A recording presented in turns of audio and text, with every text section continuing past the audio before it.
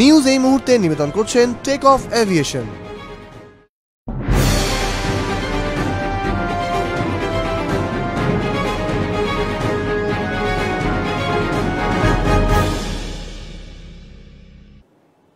নমস্কার, আরোহী নিউজ লাইভে আপনাদের সকলকে স্বাগত জানাই। আপনাদের সঙ্গে আমি রয়েছি মাসুমা। শুরু করছি নিউজ এই মুহূর্তে। আর শুরুতেই নজর রাখবো যে খবরের দিকে। পূর্বস্থলীর দুটি হাসপাতালে ফর্ম বিতরণ করলেন মন্ত্রী স্বপন দেবনাথ এবং তার কাজে সাহায্য করলেন তার ছেলে সৌরভ দেবনাথও। মন্ত্রী স্বপন দেবনাথের উদ্যোগে দুটি হাসপাতালে ফল বিতরণ করা হলো।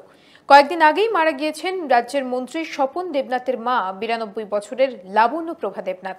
এরপরই তার আত্মীয় স্বজন, বন্ধু বান্ধব, পাড়া প্রতিবেশী, শুভানুধ্যায়ীরা তার পাশে এসে নানা রকম ফল মিষ্টি দিয়ে গিয়েছেন।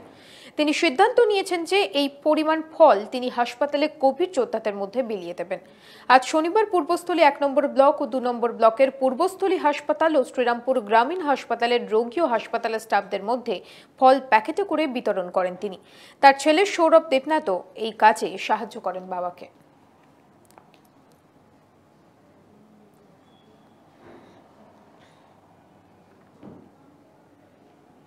ঘুটিয়া শরীফ স্টেশনে শুভেন্দু অধিকারীর পোস্টার পড়লো এবং সেই পোস্টার ঘিরে শুরু হয়েছে নানা রকম বিতর্ক এবং তার ফলে চিন্তার ভাঁজ শাসক দলের।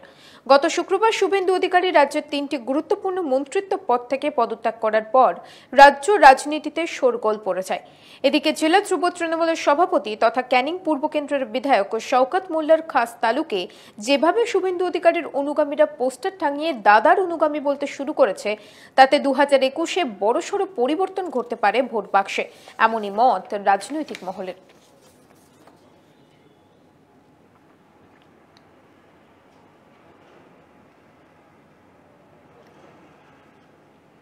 হুগলি জেলায় স্বচ্ছতা অভিযানে সাংসদ লকেট চট্টোপাধ্যায়। সেখানে স্বচ্ছতা অভিযানে এসে তৃণমূল সরকারকে কটাক্ষ করতে ছাড়লেন না তিনি। আজ সকালে স্বচ্ছতা অভিযানে তিনি হুগলির 10খড়াতে উপস্থিত হন। সেখান থেকে তৃণমূলকে কটাক্ষ করে তিনি বলেন, তৃণমূল সরকার গরিবের চাল ডাল ট্রিপল চোর।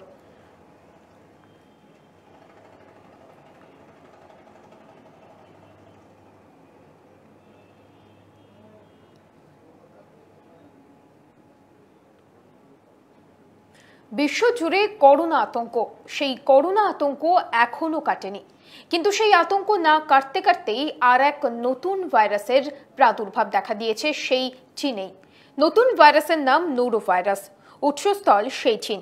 সম্প্রতি এই নতুন ধরনের ভাইরাস তাণ্ডব লীলা শুরু করে দিয়েছে চীনের একাংশে। আক্রান্ত হয়েছেন বেশ অনেকেই, তবে কতজন আক্রান্ত হয়েছেন সেই পরিসংখ্যান দিতে অস্বীকার করেছে শি জিনপিং এর সরকার।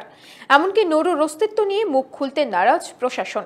তবে সূত্রের খবর, এই ভাইরাসে বেশিরভাগ বাচ্চারাই সংক্রমিত হচ্ছে। মূলত বমি এবং ডায়রিয়ার মতো উপসর্গ দেখা যাচ্ছে তাদের, যদিও এই বিষয়ে এখনো মুখ খোলেনি চীন।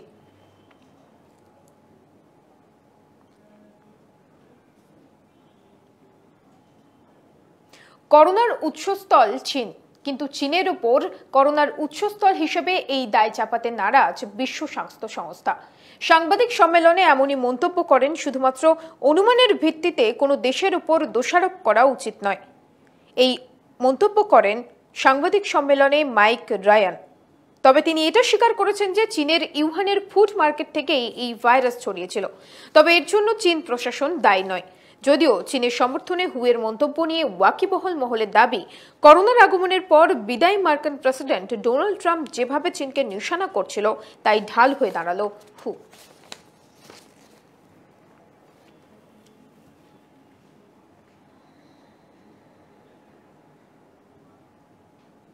জরুরি বিভাগে ছিল না কোনো চিকিৎসক, আর চিকিৎসার গাফিলতিতে মৃত্যু হয় এক রোগীর এবং রোগীর মৃত্যুকে কেন্দ্র করে রীতিমতো উত্তেজনা ছড়িয়ে পড়ে কালনা সুপার স্পেশালিটি হাসপাতালে। দেরিতে কেন পরিষেবা তা জানতে গেলে পুলিশের মারে মাথা ফাটল মৃতের আত্মীয়র। কালনা থানার বিশাল পুলিশ বাহিনী গিয়ে পরিস্থিতি সামাল দেয়। উল্লেখ্য, গত 2 দিন ধরে বুকের ব্যথা নিয়ে ভুগছিলেন কালনার ধর্মডাঙ্গা গ্রামের রামচরণ মণ্ডল। কার্যত চিকিৎসার গাফিলতিতে রামচরণ বাবুর মৃত্যু হয়, এমনই অভিযোগ করেন মৃতের আত্মীয়রা।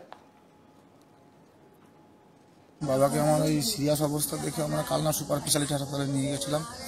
তো ওইখানে নিয়ে যাওয়ার পরে আমি যখন এমার্জেন্সি ঘরে নিয়ে যাই টিকিট কেটে, তো ওইখানটায় দেখি যে মানে ডাক্তারও নেই, কেউ নেই, ভেতরটা পুরো ফাঁকা। তো শুধু একজন নার্স ছিলেন, ওনাকে বললাম যে ডাক্তার কোথায় গেল, উনি বললো যে আমি ডেকে নিয়ে আসছি।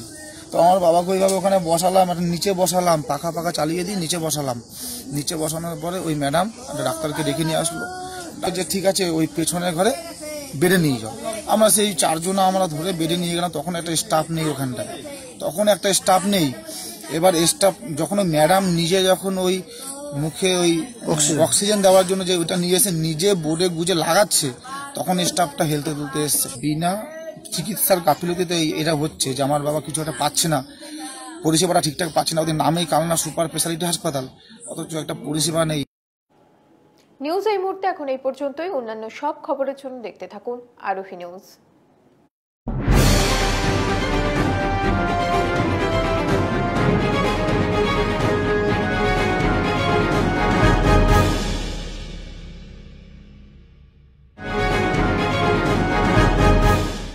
নিউজ এই মুহূর্তে নিবেদন করলেন টেক অফ এভিয়েশন।